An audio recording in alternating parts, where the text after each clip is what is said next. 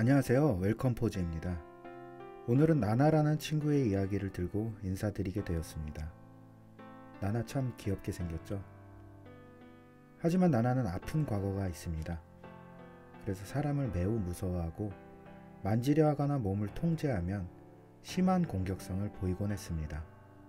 뿐만 아니라 목줄에 대한 거부 반응도 매우 심각하여 산책이 불가함은 물론 겨우 산책을 시작한 단계에서의 사회성 역시 매우 심각한, 그야말로 세상 모든 것이 두려운 가엾은 아이였습니다. 세상에는 나나처럼 모든 것이 두려운 아이들이 참 많은 것 같습니다. 오늘 영상은 이런 아이들이 어떤 과정을 통해 마음을 열고 세상과 소통하게 되는지 알아보는 시간을 가져보도록 하겠습니다. 아무쪼록 상처가 있는 친구들과 함께 생활하시는 분들에게 많은 도움이 되길 기원해 봅니다.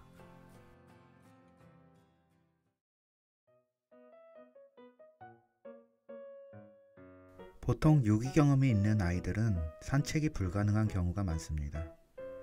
하지만 산책이 불가능할 경우 외부에 대한 두려움이 형성되어 점차 사회성이 훼손되는 문제가 발생하게 됩니다.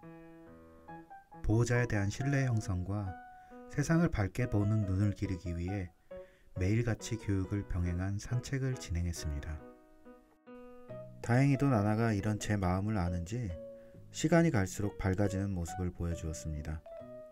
지금 돌이켜 생각해보면 하루하루 밝아지는 나나의 모습에 매일이 보람됐던 시기인 것 같습니다.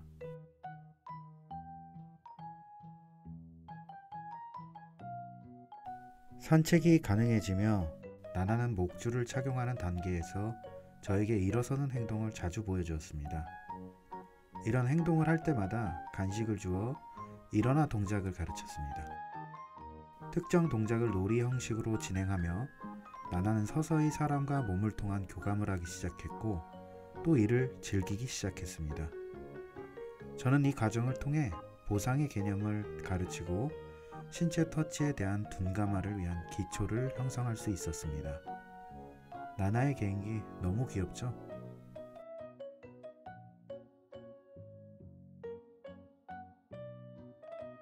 이 시기부터 사람과 걷기만 해도 즐거워하기 시작한 나나입니다. 맛있는 간식도 실컷 먹고 일어서 놀이도 반복하며 실외는 즐거운 곳, 그리고 그곳을 함께 걷는 사람 역시 즐거운 대상이라는 것을 집중하여 가르쳤습니다. 이때부터 선생님들의 오른쪽 허벅지는 나나의 발터치로 인해 늘 흙먼지가 가득했습니다. 나나야, 나중에 교육 다 끝나면 선생님들 바지 좀 빨아주라.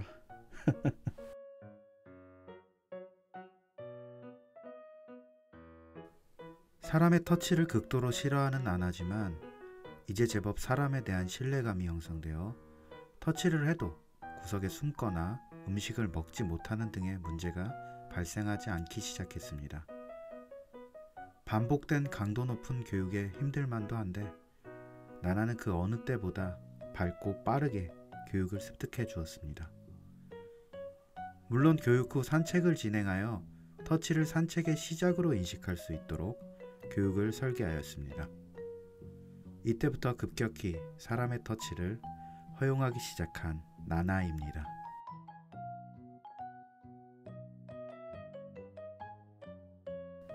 이제부터는 사람이 자신을 터치한다는 것을 알면서도 나나 스스로 터치 범위 안으로 들어오는 행동을 할 수 있게 교육을 진행했습니다.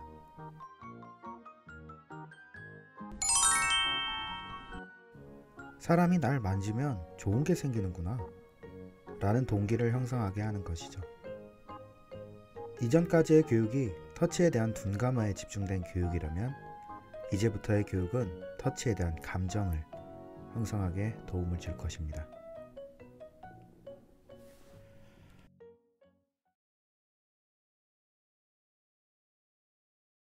이상으로 총 5단계에 걸친 나나의 교육 과정을 살펴보았습니다.